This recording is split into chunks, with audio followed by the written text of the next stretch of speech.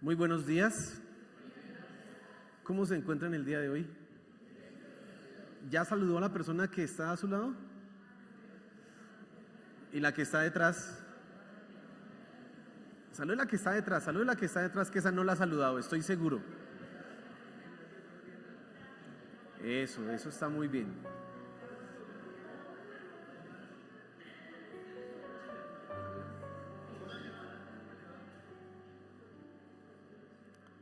Amén. Quiero que por favor se ubique en Malaquías capítulo 3 y vamos a buscar el versículo 6 y vamos a leer hasta el versículo 12.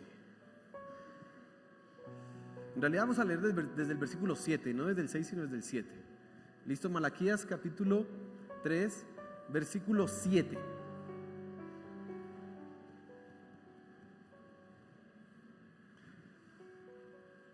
Bueno, y quiero que estén muy atentos esta mañana a la enseñanza porque realmente creo que el tema que vamos a tratar, como dice el título de la enseñanza, un asunto espinoso. Realmente necesita usted entender las cosas que vamos a hablar el día de hoy y necesita tener claro la doctrina, la palabra de Dios frente a lo que quiero que hoy hablemos. Vamos a hablar de los diezmos y de las ofrendas. ¿Y sabía usted que ese es uno de los temas más complicados con la gente? La gente lucha con eso, la gente tiene conflictos con las ofrendas, los diezmos.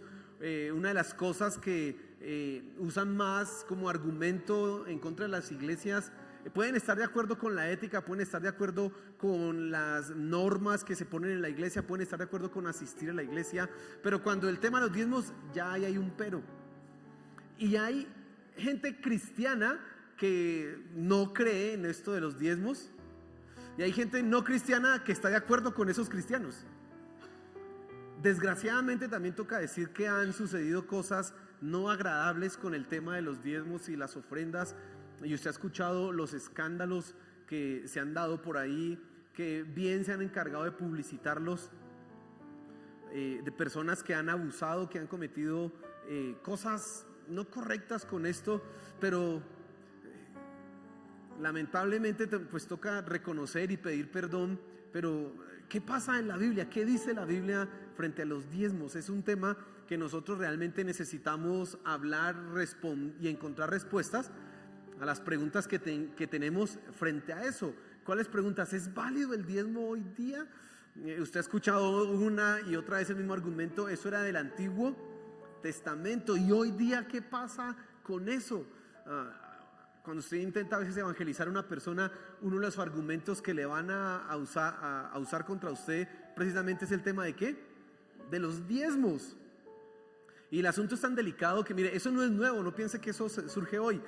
Pablo tuvo que escribir frente a las ofrendas y los diezmos y la importancia ahorita vamos a mirar unos pasajes frente a eso, y siempre eso ha sido un problema, siempre eso ha sido un conflicto por un asunto, por el corazón del hombre, siempre ha traído eso problemas.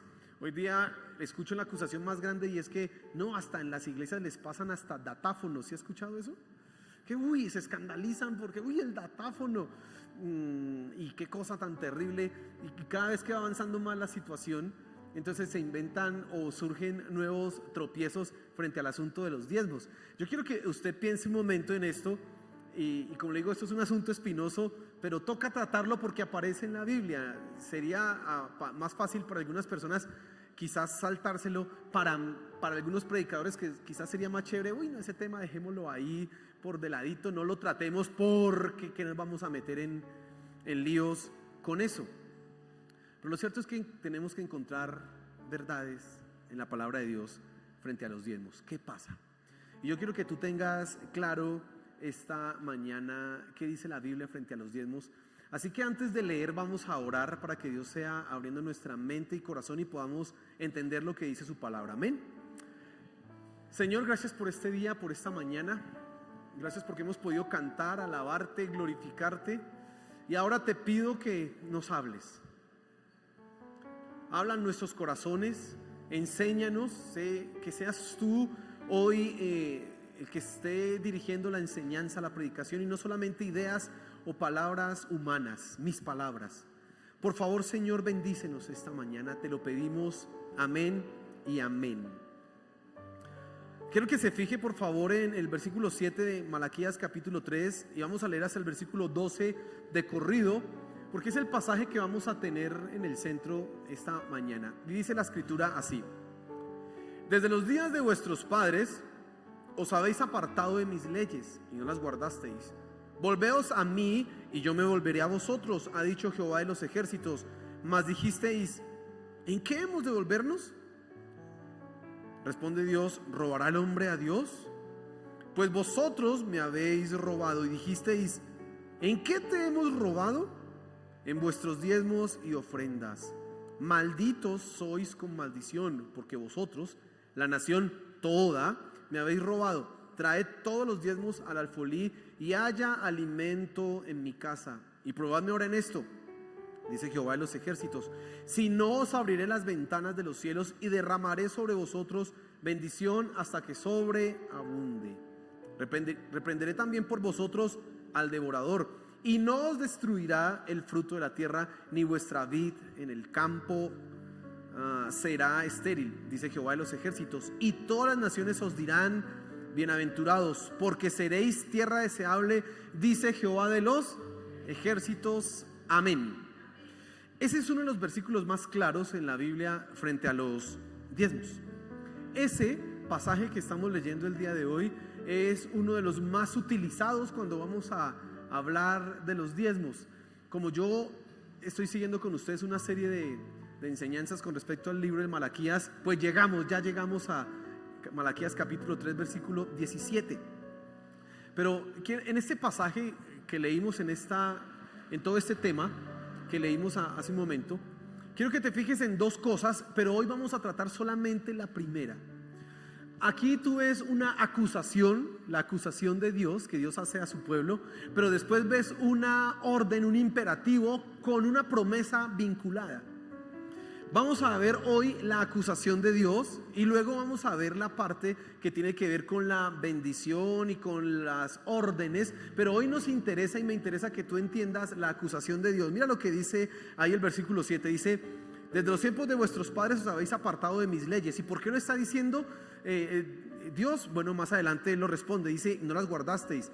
Él hace un llamado al arrepentimiento: volveos a mí y yo me volveré a vosotros, ha dicho Jehová de los ejércitos. Y el pueblo que cree que no tiene que arrepentirse, estas personas que consideran que no tienen nada por lo cual arreglar su vida, dicen: ¿y de qué nos tenemos que arrepentir?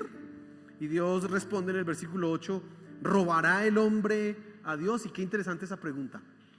Y esa pregunta tenemos que pensarla: ¿será que el hombre puede robarle a Dios algo? ¿Sí o no? Pues no. Y sí. Primero, Dios es, dice el Salmo 121 que he aquí no se adormecerá ni dormirá el que guarda ¿a quién? ¿Usted cuándo coge desprevenido a Dios para robarle algo? Pues nunca. Así que robar a Dios, no. Y ellos están usando, Dios está usando eso. ¿Usted cree que el hombre puede robar a Dios? Y la primera respuesta a eso pues es no. Pero hay una manera, y él dice: sí me están robando, y va a decirlo acá. Y esa es la acusación que Dios tiene contra su pueblo. Dice: pues vosotros me habéis robado. Y dijisteis: ¿en qué te hemos robado? En vuestros diezmos y ofrendas. Malditos sois con maldición, porque vosotros, la nación toda, me habéis robado. Qué palabras tan duras. Esas palabras son duras, una acusación. Esto parece que Dios está entablando una demanda contra su pueblo, los está llevando ante el juez, ante un juzgado, y estos me han robado, este pueblo me ha robado. Es una acusación. Lo que tú ves en esos primeros versículos es que Dios está quejándose porque le han robado. La palabra que se traduce ahí, robo, también se puede entender como defraudar, como cubrir. Entonces por eso tú puedes encontrar en otras versiones que se utiliza la palabra: ustedes me han defraudado. El problema es que la palabra defraudado no tiene el mismo peso y la misma carga que la palabra robo, pero están en el mismo cuadro de significado. Y Dios está diciendo: ustedes me han robado. Imagínense Dios diciéndole a uno eso, una acusación tan terrible, que le digan a uno eso: ustedes me están robando. Quizás una de las cosas por las cuales nosotros siempre nos defenderíamos y hasta estaríamos dispuestos a llamar a un abogado que venga y nos defienda es una acusación de este tipo, de ladrón. Terrible, eso no es una acusación agradable. ¿Sabe qué dice la ley en Colombia frente a eso? Que uno cuando coge a un ladrón, escuche, no tiene que decir estaba robando, presuntamente. Porque solamente el que dictamina que ya estaba robando era ¿quién? El juez, aunque usted lo cogió robando. Pero nosotros decimos me robó, y Dios aquí está diciendo me están robando, no está diciendo presuntamente, sino me han ¿qué? Robado. Mire la carga que está aquí. Ahora, yo quiero que pensemos por qué Dios utiliza esa palabra. ¿Por qué Dios utiliza o hace semejante acusación de robo y no simplemente, pues bueno, pues me han quitado algunas cosas o han incumplido cierto mandato, sino que Él se pone en una perspectiva acusatoria diciendo ustedes me han robado? ¿Por qué Dios lo hace de esa manera? Dos razones. Uno, por su derecho, y dos, por la función, por su función. Quiero que entendamos en primera instancia, vamos a mirar cada una, pero quiero que entiendas por qué Dios acusa al pueblo de robo, y en primera instancia es por su derecho. ¿Cómo así su derecho? No dar los diezmos, y quiero que entiendas eso, implicaba no darle a Dios lo que le correspondía. ¿Y cuál es el derecho que Dios tiene para exigir los diezmos? ¿Cuál es el derecho que Dios tiene para decirle a un pueblo, dame? El primer derecho es el derecho de ser el creador, el derecho de ser el Dios.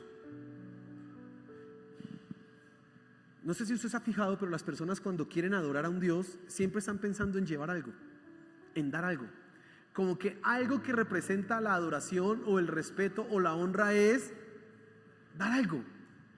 Un regalo, ¿sí?, implica un sentido de respeto, de admiración, y en cuanto a Dios es darle a Él lo que le corresponde. Y Dios está alegando a su pueblo robo porque simplemente ellos están desconociendo su derecho, están desconociendo de alguna manera quién es Él. Esa es la acusación principal en estos versículos que vemos. La causa principal en la acusación de robo es precisamente que a Dios se le ha quitado y se le está quitando su ¿qué? Su derecho. Su derecho como ¿qué? Como Dios, como creador, como el soberano, como el que dirige, como el que gobierna el mundo. Mira, algunas personas creen que cuando están dando los diezmos, y permítanme usar la redundancia en esto, le están dando algo a Dios. Le están regalando algo a Dios, porque no consideran que eso le corresponde por derecho, por su dignidad y por su honra. Es lo debido, es lo indicado. No, ellos consideran de alguna manera que le están haciendo, perdónenme la palabra que voy a usar, un favor. ¿A quién? A Dios. Dios, te estoy dando. Y entonces se pone en la perspectiva de aquel que en la casa mantiene la casa y de repente alguien se pone bravo, pero a mí no me alegue que yo soy el que lo estoy manteniendo. Y se ponen de alguna manera en esa perspectiva con respecto a ¿quién? A Dios. Ellos no tienen en su mente la consideración que Dios merece no solamente un porcentaje, sino que merece ¿qué? Todo, porque Él es el Dios creador. ¿Sabes qué dice la Biblia? Que Dios es el dueño de todo, que Dios ha creado todo lo que existe, por lo tanto todo le pertenece, absolutamente todo. Pero hay gente que cree que le está haciendo un favor a Dios. Dios, te estoy dando, como si Dios tuviera necesidad, ¿no? Dios, te estoy sosteniendo, mira, pues te doy aquí, y si ganan buen dinero y si dan una mejor ofrenda o un mejor diezmo, pues se sienten más benefactores de Dios. La realidad es que no. Dios tiene el derecho y Él está exigiendo lo que le corresponde. Eso es lo primero que quiero que tú entiendas. Pero además también hay otro derecho vinculado a esto. No solamente es porque Él es el creador, sino es porque Él es el Rey y el Señor de Israel. Recuerda el pacto que Dios hizo con Israel. Y en el pacto él se comprometía a ser el rey, se comprometía a ser el Señor, y como rey y Señor él merecía la honra y el respeto que merece un rey y un Señor, que merece un soberano. El pacto no solamente comprometía a Dios a bendecir y a proteger a su pueblo, sino que obligaba y vinculaba al pueblo a adorar a Dios, y en este caso eso también vinculaba o implicaba los diezmos. Fíjate entonces que cuando Dios le está diciendo al pueblo, ustedes me están robando, Él está exigiendo un derecho que le corresponde por creador, pero también por rey y soberano. No solamente por creador del mundo, sino porque era el soberano de un pueblo en particular. La Biblia sostiene que todas las naciones tienen que venir ante Dios a tributarle, a darle ofrenda. ¿Sabes por qué? Porque Él tiene el derecho como Dios creador. Pero más todavía tienen la obligación de hacerlo aquellos que están en pacto con Dios, aquellos que han entrado en una relación de pacto con Él en la salvación. Y el pueblo de Israel estaba obligado. Por eso el versículo 7 dice: ustedes han incumplido las leyes.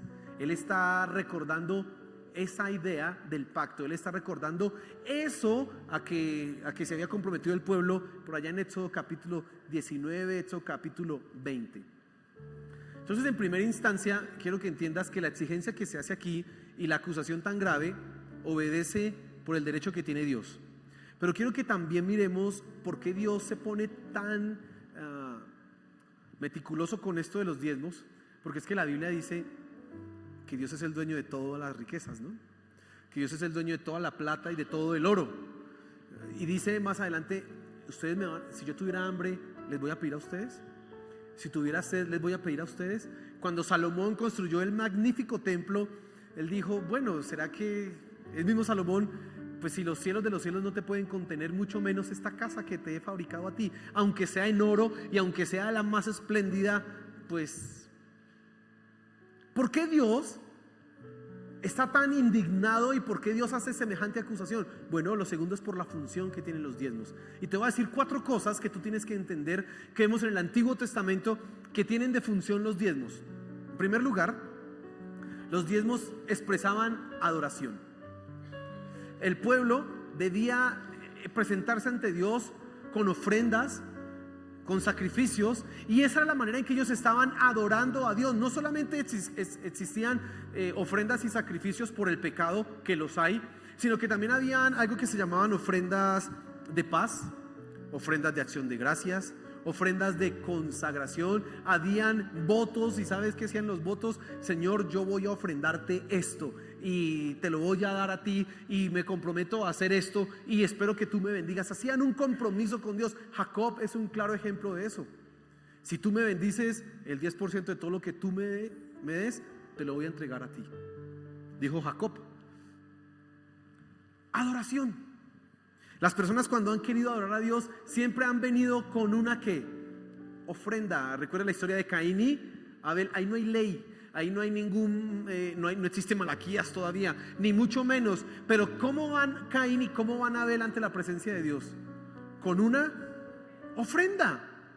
Caín presenta la suya, Abel presenta la suya, pero ellos tienen instintivamente aquí en su mente y en su corazón que ante Dios la manera de adorarlo era con ofrendas. Así que el diezmo en realidad manifiesta una perspectiva de adoración, y tú tienes que tener eso en cuenta.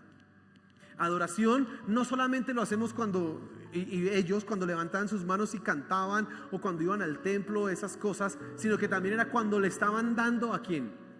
A Dios.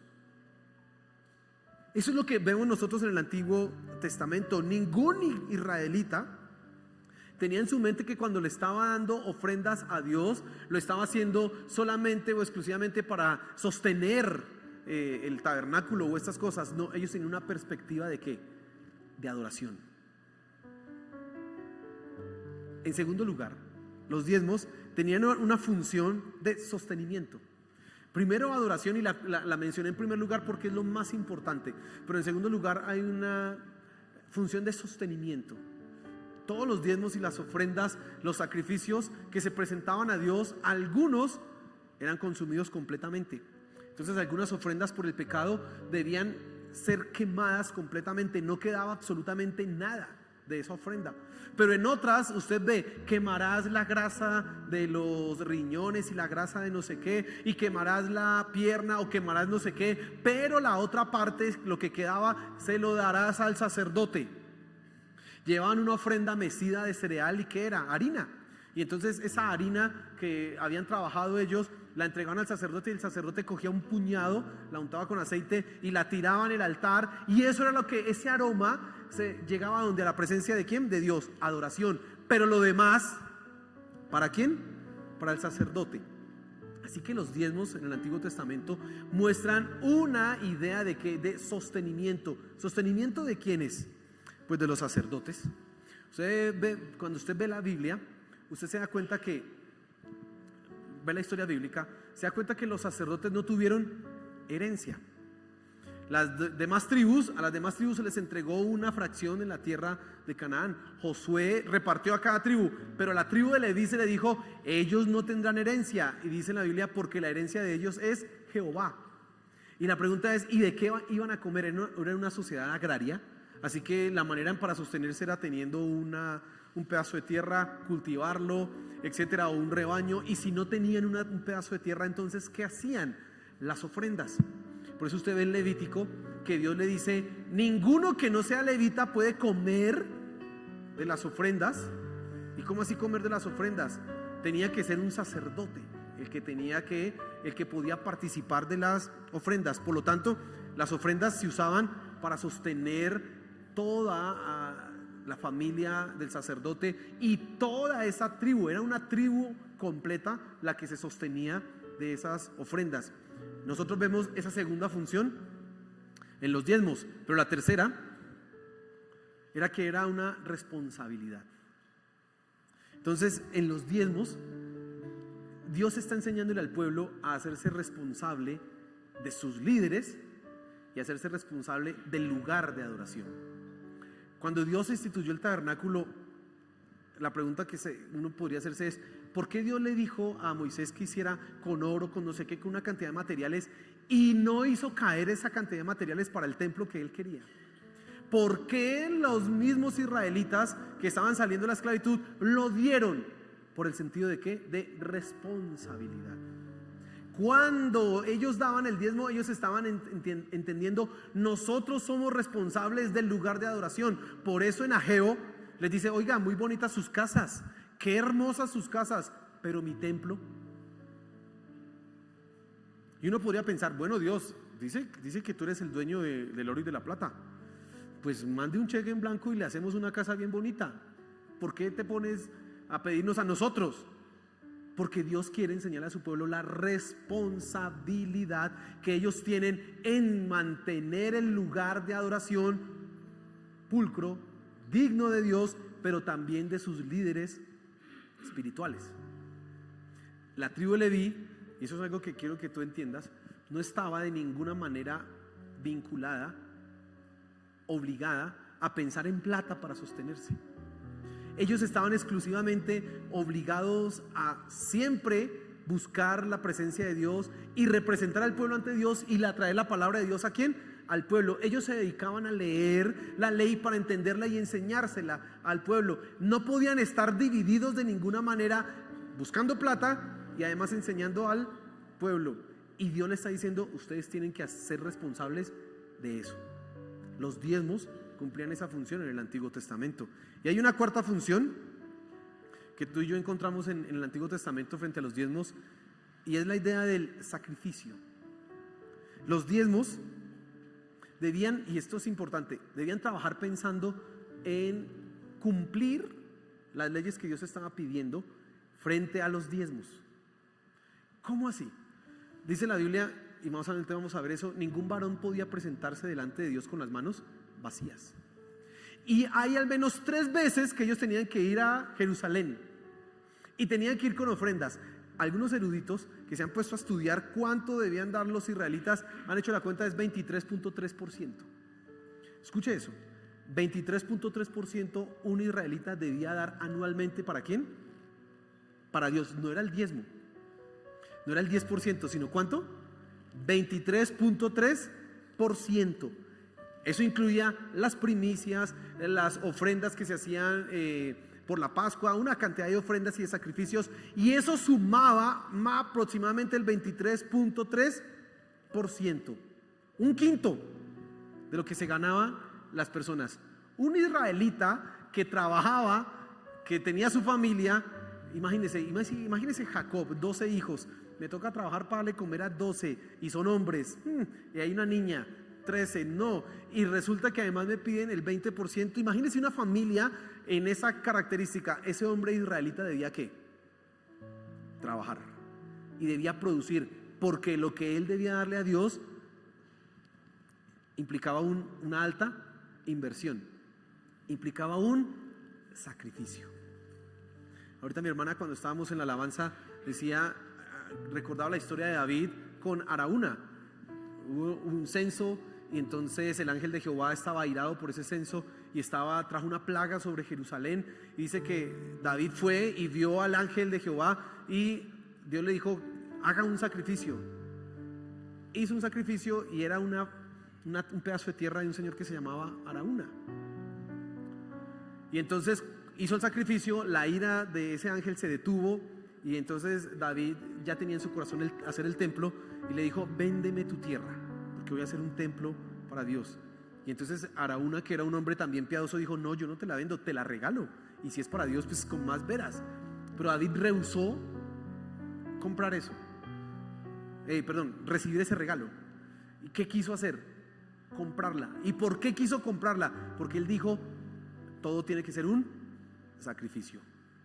No puedo ofrecerle algo a Dios gratuito, algo regalado, algo que a mí no me costó. Yo no le puedo entregar eso a Dios de ninguna manera. Así que los diezmos también representaban precisamente ese aspecto de ¿qué? Del sacrificio, del esfuerzo para ganarse el dinero y dárselo a Dios. Y eso traía una bendición al mismo pueblo. Dios no quería que su pueblo se enfocara en el dinero, aunque eran gente productiva. Ellos, cada vez que estaban desprendiéndose del dinero, estaban sacrificando precisamente algo que el hombre ama: la plata, el dinero, algo que es constante. Mira que Malaquías aparece después del cautiverio en Babilonia. Antes del cautiverio en Babilonia, los israelitas y los judíos, el pueblo judío, no era reconocido mundialmente como negociantes. Pero una vez ellos están en Babilonia, de alguna manera son influenciados por la cultura de Babilonia. Ellos llegan con una idea de ¿qué? Del negocio. Ellos llegan con una idea de hacer plata. Y por eso Malaquías aparece aquí, para venir a ratificar principios y verdades que estaban dichas antiguamente, pero que se habían perdido. ¿En dónde? En el cautiverio, en Babilonia. Que habían perdido, ahora estaban amando más el dinero. Y esta parte, esta función de los diezmos, del sacrificio, precisamente trae esa verdad. Ahora, cuando el pueblo no da los diezmos, lo que se descuidaba era la función sacerdotal, era el templo. Por eso usted ve los reclamos que hace Nehemías. Nehemías, en los últimos capítulos, él está en Jerusalén 12 años, luego se va, y cuando vuelve después de un tiempo se da cuenta que han dejado a la gente a los diezmos, así que el sacerdote le tocó ponerse a trabajar, y no había un sacerdote en el templo, y dice: venga, están descuidando, tenemos que sostener al sacerdote, hay que sostenerlo para que haga lo que tiene que hacer. Esa idea de sostener, de responsabilidad, de adoración, aparece en el Antiguo Testamento. Y entonces, cuando no se daban los diezmos, lo que se descuidaba era precisamente que el templo, el servicio, la adoración a Dios, la enseñanza, en la instrucción, se perdía, ya no se hacía de la mejor manera. Ahora, quiero que pensemos en una pregunta: ¿y qué pasa con nosotros? Eso es todo lo que vemos en el Antiguo Testamento. ¿Qué pasa ahora aquí? Y quiero que tú te fijes en la siguiente pregunta, y es: ¿debemos dar los diezmos nosotros? Bueno, ustedes dicen algunos que sí, otros dirán pues que me lo demuestren en el Nuevo Testamento, ¿no? Pues bueno, vamos a mirar qué pasa. Tenemos que responder esta pregunta, y mira, hay algunas posturas. Yo he resumido básicamente las dos posturas en 2 puntos.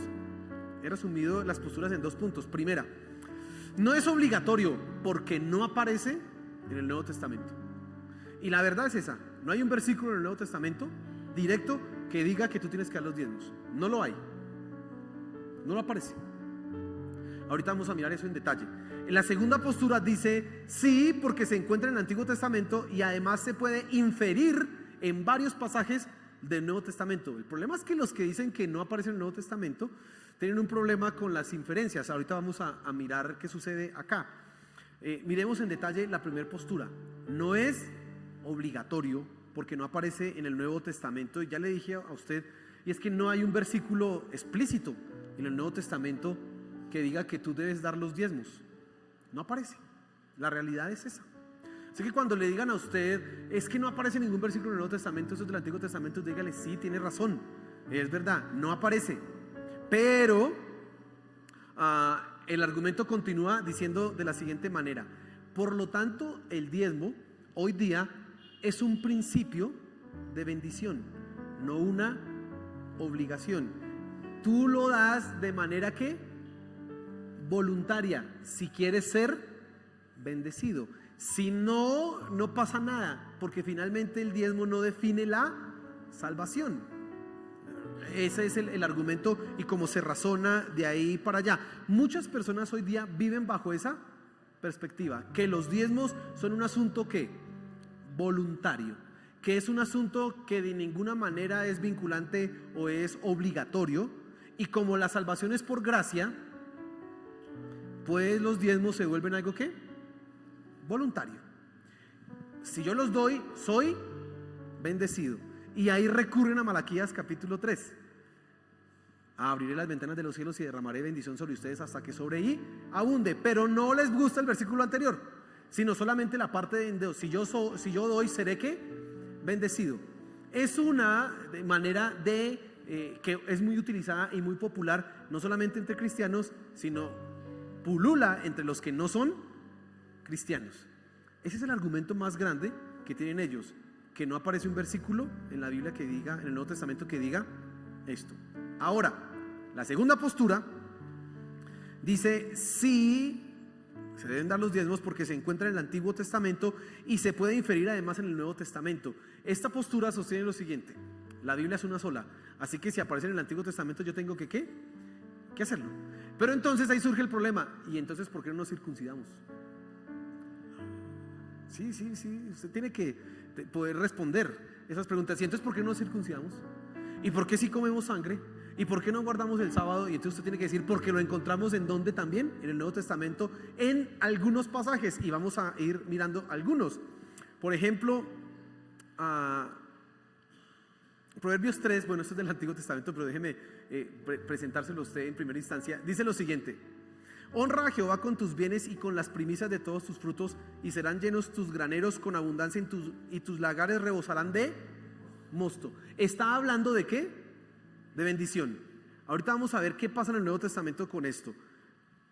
Deuteronomio 16:16 dice: todo israelita debía ir ante Dios con alguna ofrenda y siempre debía dar sus primicias. Y dice así: 3 veces cada año aparecerá todo varón tuyo delante de Jehová tu Dios en el lugar que él escogiere, en la fiesta solemne de los panes sin levadura, y en la fiesta solemne de las semanas, y en la fiesta solemne de los tabernáculos, y ninguno se presentará delante de Jehová con las manos.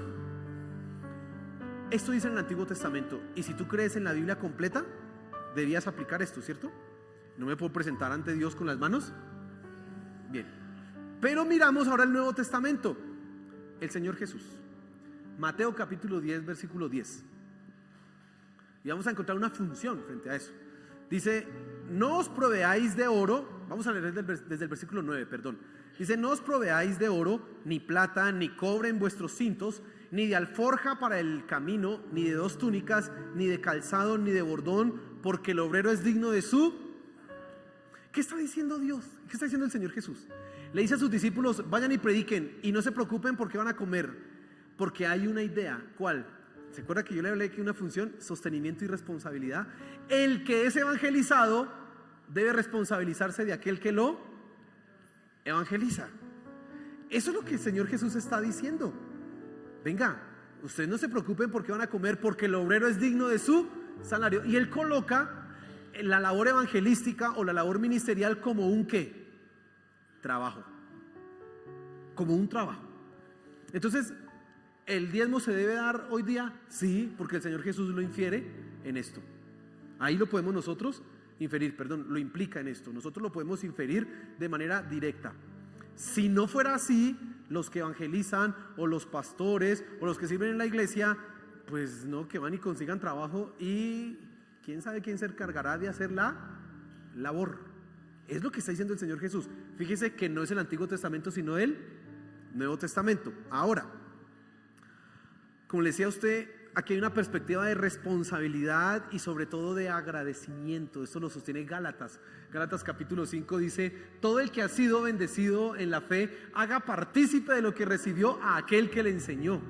Eso dice Gálatas por ahí en el capítulo 5. Está hablando de ese agradecimiento. Yo recuerdo aquí, una vez el hermano Luis Peralta, yo no sé, leyó ese versículo y me dijo: pastor, mire, le quiero regalar una correa. Y me regaló una correa porque dijo: la Biblia dice eso. Yo, ay, amén. Porque el que enseña y el que es bendecido por lo que le han enseñado debe hacer partícipe al que le enseña de aquello en lo que es bendecido. Eso dice Gálatas por ahí en el capítulo 5. Y es lo que está diciendo nuestro Señor Jesús. Pero ahora miremos lo que dice el apóstol Pablo. Váyase conmigo a 1 Corintios capítulo 9 y mire el versículo 14, por favor. Y dice así: así también ordenó el Señor a los que anuncian el evangelio que vivan del evangelio. No solamente lo dijo ¿quién? El Señor Jesús, sino que ahora lo está diciendo el apóstol Pablo, recordando las palabras de ¿quién? Del Señor Jesús. Así también ordenó el Señor Jesús, el Señor, a los que anuncian el evangelio que vivan de ¿qué? ¿Y cómo van a vivir? Diezmos y ofrendas. En la sociedad agraria llevaban una libra de harina, de la mejor harina, eso se llamaba flor de harina, y entonces el sacerdote hacía el sacrificio, lo entregaba, y lo que quedaba, no sé, media libra, lo que quedaba, con eso él hacía sus tortas y sus panes para alimentar a sus hijos. Hoy día, pues bueno, si usted trae las gallinas a la iglesia, pues amén. ¿Se sabía que en los pueblos pasa eso? En los pueblos pasa eso, todavía.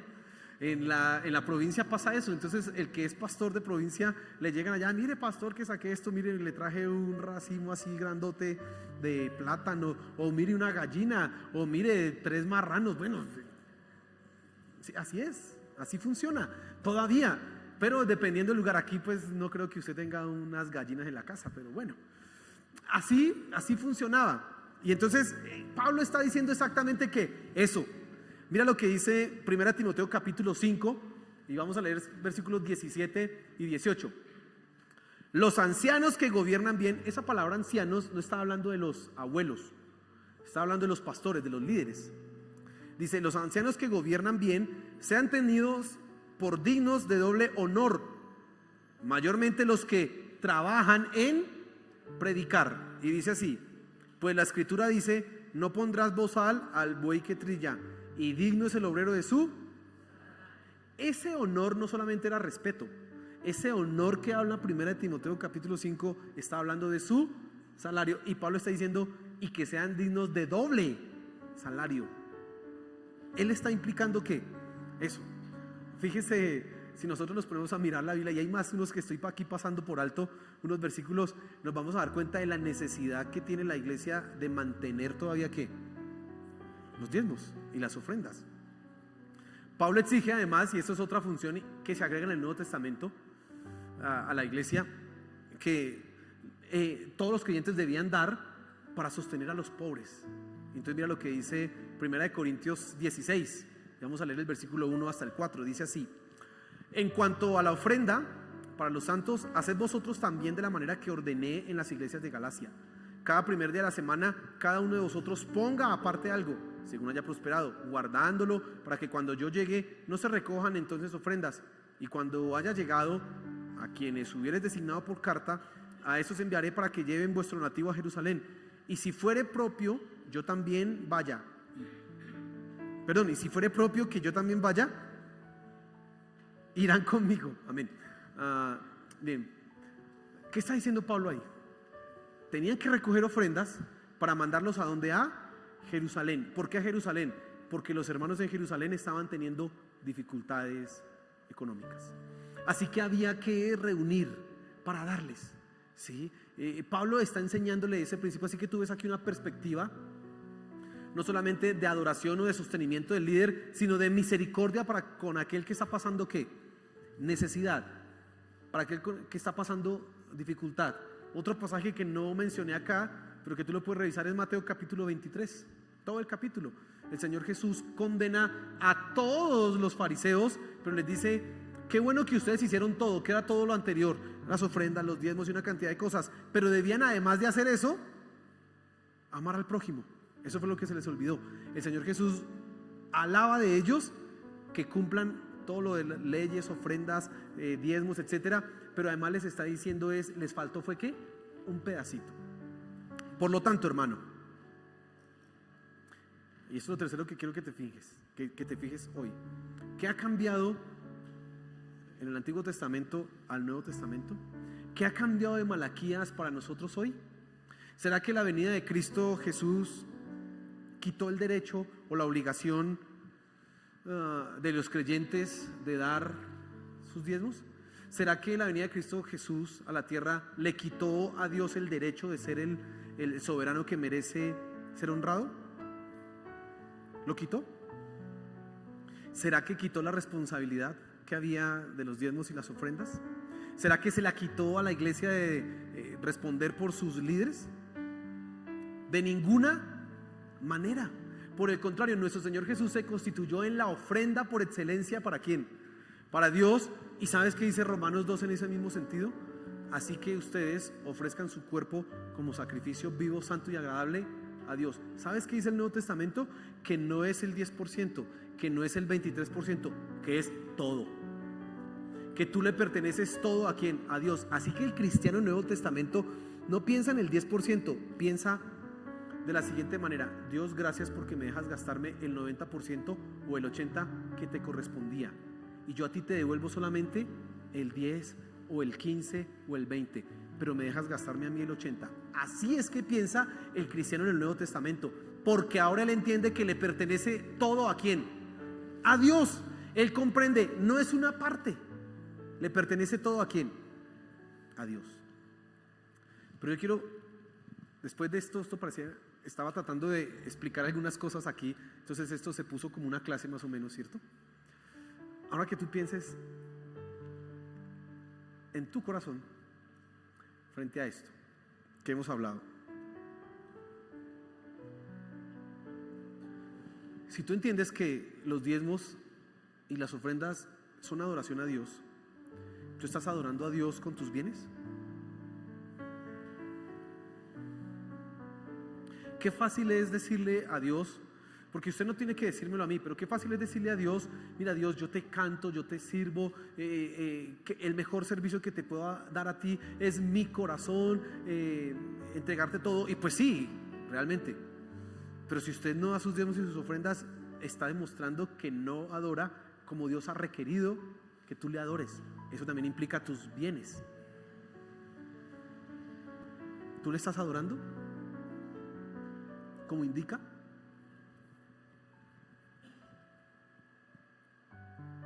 Ustedes saben que yo trabajo, saben que yo soy profesor en un colegio distrital y trabajo, y le voy a explicar por qué trabajo, para que usted entienda por qué trabajo. Yo trabajo no porque esta iglesia no me pueda sostener a mí, gracias a Dios esta iglesia puede sostenerme. Trabajo primero por una disciplina espiritual mía. ¿Sabe, hermano? Yo he descubierto hasta el momento que sería muy fácil para mí renunciar al trabajo, pero facilísimo, porque no tengo ningún apego al trabajo. Por lo tanto, para mí una disciplina espiritual es mantenerme trabajando hasta que Dios me diga: ya, déjalo, porque no va a permitir que mi carne se acomode a cosas que ella quisiera.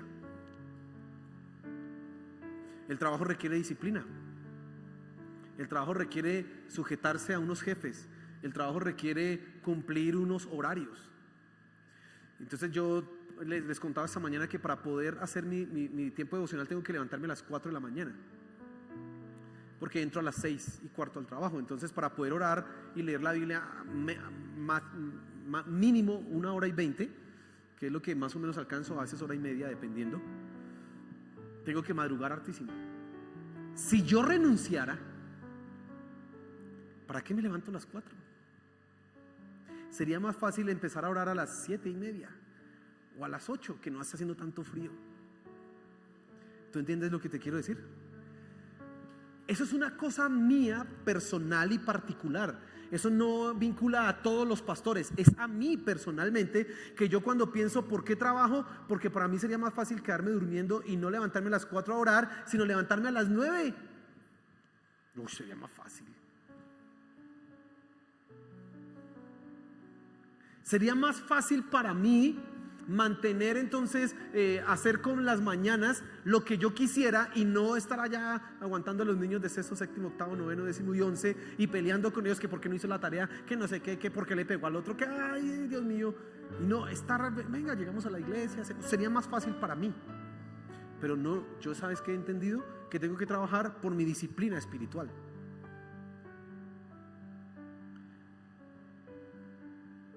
En segundo lugar, yo no trabajo porque yo prefiero traer plata del mundo y dársela a la iglesia con mis diezmos y con mis ofrendas. Y sé que eso bendice a la congregación. Y sé que eso nos permite avanzar, hacer unas cosas en la iglesia. Pero yo quiero llevarte a pensar lo siguiente. Si tú piensas en lo que te estoy contando, sí, está bien que el pastor trabaje, porque mantenerlo, tú tienes un mal entendimiento en tu corazón de los diezmos. Si tú piensas que lo correcto es que el pastor trabaje porque, ay, ¿qué tal? Entonces empiezan a vivir de los diezmos, está yendo en contra de ¿qué? Porque para eso es que usted da los diezmos. Perdóneme lo que le voy a decir, pero para mantenerme a mí y a mi esposa. Dígame, ¿no le parece bonito? Pero así es. Recuerda lo que dijo el Señor Jesús: el obrero es digno de ¿qué? Ah, sí. Pero si tú en tu corazón piensas, no, que le voy a dar a esos pastores, y usted se siente orgulloso, menos mal mi pastor sí trabaja porque no lo mantenemos, estás equivocado. Te acabo de explicar por qué trabajo. No es para que tú tengas orgullo o pienses en tu corazón que sí, qué bueno que trabaje porque ¿qué lo vamos a mantener? No, ¿qué tal? No, no, no, no, no, no, no. Es tu corazón el que debes corregir frente a eso. Debes corregir tu corazón, porque tú tienes que ser responsable con el lugar de adoración. Tienes que ser responsable con tus líderes. Eso es tu responsabilidad y Dios ha querido que así sea. Pero si no lo piensas de esa manera, estás fallando en tu corazón. Entonces ya le expliqué a usted por qué yo no trabajo, por qué yo trabajo, perdón. Trabajo precisamente por eso. Y le voy a contar por qué mi esposa no trabaja. Bueno, ella sí trabaja. Trabaja aquí en la iglesia. Pero ¿por qué? Más bien lo va a decir mejor. Porque ella renunció a su trabajo secular. Nosotros somos profesores. Yo soy licenciado en música y ella licenciada en química. Y ella trabajaba en un colegio enseñando química. Y a mi esposa le encanta el trabajo. Ella no tiene el problema que tengo yo. Si a mí me dice renuncie, listo. A mi esposa le dice renuncie, no, espérese que yo estudié para ser profesional, para desarrollarme, para no sé qué. El caso de mi esposa era totalmente diferente ¿a qué? Al mío. A mí Dios tiene que decirme renuncie. En cambio a mi esposa, a mí Dios tiene que decirme siga trabajando. En cambio a mi esposa Dios tenía que decirle que renuncie. Porque sabes, hay gente que ama el trabajo mucho. No, mi esposa no es amante de la plata. ¿Es amante de qué? De trabajar. Le gusta trabajar, le gusta sentirse haciendo algo. Y entonces Dios le dijo en un momento: no trabajes, vas a dedicarle tiempo a la iglesia. Y amén, gracias a Dios. Por eso yo también puedo seguir trabajando, porque ella me ayuda muchísimo acá. Ella está casi que 100% acá metida en la iglesia, ayudándome en algunas áreas administrativas de la iglesia. Pero ella no trabaja porque Dios ¿qué? Se lo dijo, se lo ordenó. Como yo no he sentido eso, yo creo que mi carne es la que me dice renuncie. De verdad. Y como me conozco, les cuento así un testimonio. En la pandemia, yo tuve la oportunidad de mostrar qué haría con el tiempo libre. Yo me di cuenta en la pandemia que yo, oiga, y eso que yo soy una persona que tiene disciplina, pero en la pandemia me di cuenta que soy muy indisciplinado. Porque en la pandemia, ¿quién madruga a las 4 de la mañana a hacer el devocional? Dime, ¿quién? Yo no. Ya me levantaba más tarde. Ya no le dedicaba el mismo tiempo a la lectura que podía dedicarle con ese tiempo que teníamos allá encerrados en la casa. Porque antes la excusa que tiene la gente para no hacer su devocional, no es que me toque ir al trabajo, no es que la ocupación, no es que es muy duro, pero en la pandemia tampoco lo hacían, entonces no era el trabajo, no era el tiempo, era ¿qué? Y entonces yo cuando me di cuenta en la pandemia que no tenía esos hábitos, dije, olvídese, yo tengo que seguir trabajando. Hasta que entienda mi carne lo que debía hacer. Ese es el testimonio. Ahí le cuento, mire. Por eso sigo trabajando. Por eso sigo adelante. También creo que le doy un ejemplo a usted. Dice, si el pastor trabaja, pues con más veras, ¿sí o no? Pero una cuarta cosa que nosotros veíamos en los diezmos es el sacrificio. Qué chévere es gastarse el 100% del sueldo, ¿no? Es más, hay gente que vive con el 120%. No dice cuál 120%, pues se gastan más de lo que se ganan. Viven con el 120%. Siempre en saldo en rojo. Y siempre que tú tienes el saldo en rojo, a lo primero que le vas a quitar es a quién. Porque los bancos llaman, ¿no? Escuché ahorita que van a aprobar una ley, ¿no? La ley dice que solamente a usted lo pueden llamar una vez por semana y tiene que ser de 7 a 5 de la tarde. Y si lo llamaron una vez a la semana y lo contactaron, no lo pueden molestar más esa semana. ¿Recuerda cuando usted le debe a un banco? Lo llaman, ¿cómo está usted de banco? Que si no paga, que si no sé qué, si cuánto, y a las 2 horas otra vez otro. Y eran canzones, ¿no? Ahora, por ley aquí en Colombia dijeron, no, que no molesten. Y la ley, ¿sabe cómo se llama? Dejen de fregar, así se llama la ley. Así se llama. Imagínese. Y entonces usted no le quiere quedar debiendo ¿a quién? Porque es terrible esa acosadera. O quedarle debiendo al vecino porque lo ve, usted le ve la cara al vecino, mala paga. Bueno, es terrible. Pero Dios no me hace mala cara, no me está mandando ningún chepito. Ay, Señor, tú entiendes, sí, tú sabes que yo te amo, pero esta vez no te doy el diezmo. Y siempre que tú vivas en saldo en rojo, le vas a quitar siempre ¿a qué? A Dios. Siempre va a ser así. Porque dar los diezmos implica un sacrificio. Y yo te pregunto, ¿estás sacrificando tu corazón? ¿Estás sacrificando tus ambiciones? Y no es, cuando digo sacrificando tu corazón, es que estás entendiendo que tú, más que pensar en gastar del dinero en ti, debes decir, primero voy a adorar a Dios y después con lo que me quede, amén, voy a vivir. ¿Estás haciendo eso? Desde que nosotros nos casamos con mi esposa, bueno, antes de solteros yo aprendí eso en mi casa, siempre di mis diezmos, y cuando nosotros nos casamos, lo primero que hacemos cuando llega el salario es nuestros diezmos. Y hay testigos aquí en esta iglesia, los que cuentan las ofrendas y eso, que pueden dar fe de ello. Siempre lo primero que hacemos, porque hemos entendido, bajo ninguna circunstancia vamos a permitirnos fallar ¿en qué? En los diezmos. Porque usted siempre va a tener cosas en qué gastar. ¿Sabe qué dice el libro de Proverbios? Que el ojo nunca se gasta de ver, nunca se cansa de ver. Así que usted siempre va a ver algo más bonito. Y esto está más chévere, y esto está más chévere, y siempre hay algo más chévere, y siempre, y siempre. Así que usted siempre va a tener en qué gastarse la plata. Pero si tú entiendes una función de los diezmos, que es que tú no ames el dinero, sino que realmente coloques a Dios en el centro, tú dirás, voy a dar mis diezmos como corresponde, porque voy a amarlo a Él. Y hay algunas personas que Dios les habla más profundamente y, ¿sabes?, los lleva a dar más. Nosotros no damos el diezmo, nosotros damos siempre un porcentaje más del diezmo en nuestra familia, mi esposa y yo.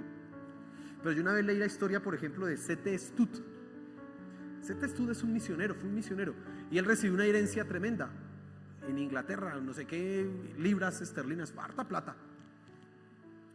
Y él, cuando fue llamado por Dios, dijo, voy a entregar todo esto a Dios, solamente nos vamos a quedar con lo poquito que necesitamos para vivir, porque realmente usted se da cuenta que para vivir no se necesitan lujos, ¿cierto que no? Y él dijo, voy a vivir con lo que tengo que vivir, y entregó su fortuna Alguien diría, ¿qué tipo tan loco? No, él tenía muy claro a quién le servía. ¿Y sabes cómo murió? Seth Stud. Seth Stud murió en África, solo, en una choza. En las palabras humanas sería, ¿murió qué? Pobre, pero rico espiritualmente. Rico espiritualmente. Entregó todo. Dicen que el fundador de la empresa, esta Colgate, era cristiano. Y él empezó dando el 10%, después el 20%, después el 30%. Al final de sus días terminó dando el 90% de lo que ganaba. Así que si a usted le duele dar el 10%, piense en ellos y diga, oiga, yo sí soy pero bien amarrado. Y peor, tienes que pensar, yo digo que amo a Dios, pero no le he entregado toda mi vida ¿a quién? A Dios, porque el bolsillo lo tengo yo bien agarrado.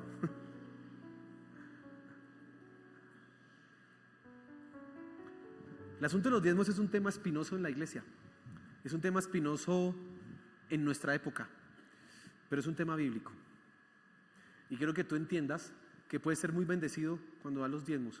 No solamente porque Dios te devuelva, porque a veces algunos piensan, Dios me va a bendecir y me da más plata. No, estás siendo bendecido en el sentido que estás siendo responsable y Dios bendice al que es responsable. Estás adorándolo y Dios bendice al que le adora. Estás sacrificando tu corazón y Dios lo bendice. Y esa bendición no necesariamente está vinculado al dinero, sino está vinculado a que estás pareciéndote más ¿a quién?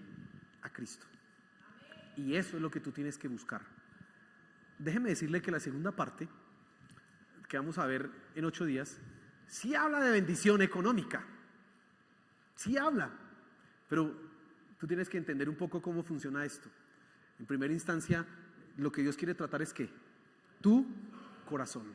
Así que, hermano, lo animo a que usted considere lo que hemos hablado hoy y dé sus diezmos y sus ofrendas. Si usted falla en eso, arregle eso, póngase serio, diga, venga, voy a arreglar mis cuentas y voy a ser juicioso con esto, y vas a ver cómo Dios empieza a obrar en tu corazón y en tu vida. Amén.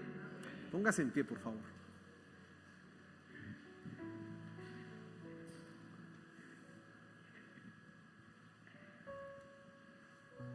Hace unos años, cuando llegó, hablé también de los diezmos y yo me sentía como mal hablando de eso.